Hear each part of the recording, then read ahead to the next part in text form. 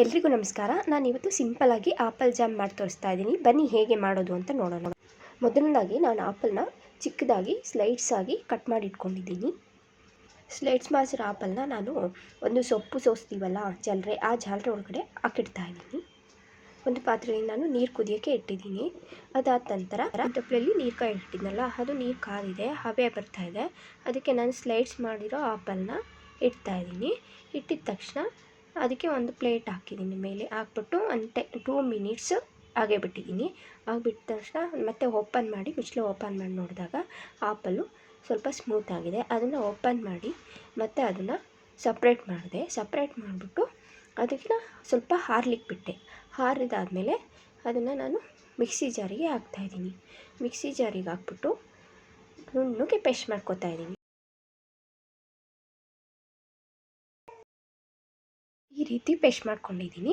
ಅದನ್ನು ನಾನು ಒಂದು ಜಾಲರಿ ತೊಗೊಂಡು ಅದಕ್ಕೆ ಈ ಪೇಸ್ಟ್ ಮಾಡಿರೋ ಆಪಲ್ನ ಹಾಕ್ತಾಯಿದ್ದೀನಿ. ಹಾಕ್ಬಿಟ್ಟು ಚೆನ್ನಾಗಿ ಸೋಸ್ತಾ ಇದ್ದೀನಿ. ಸೋಸಿದಾದಮೇಲೆ ಅದು ಕೆಳಗಡೆ ಬೀಳ್ತಾ ಇರುತ್ತೆ, ಸ್ಮೂತಾಗಿರೋ ಪೇಸ್ಟು. ನನಗೆ 1 ಬಟ್ಲು ಆಪಲ್ ಕ್ರೀಮ್ ಸಿಕ್ಕಿದೆ.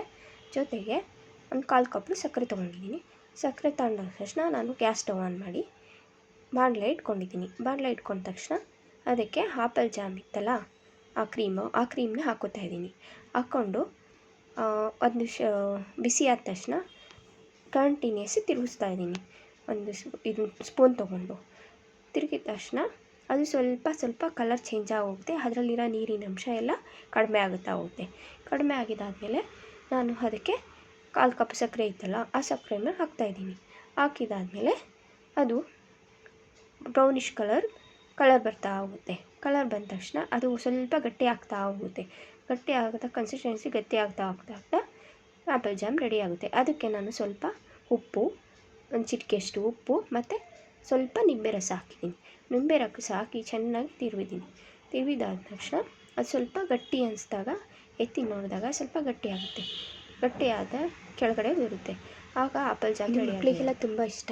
ಹಾಗೆ ಈ ವಿಡಿಯೋ ನೋಡಿದ್ದಕ್ಕೆ ಎಲ್ರಿಗೂ ಧನ್ಯವಾದಗಳು.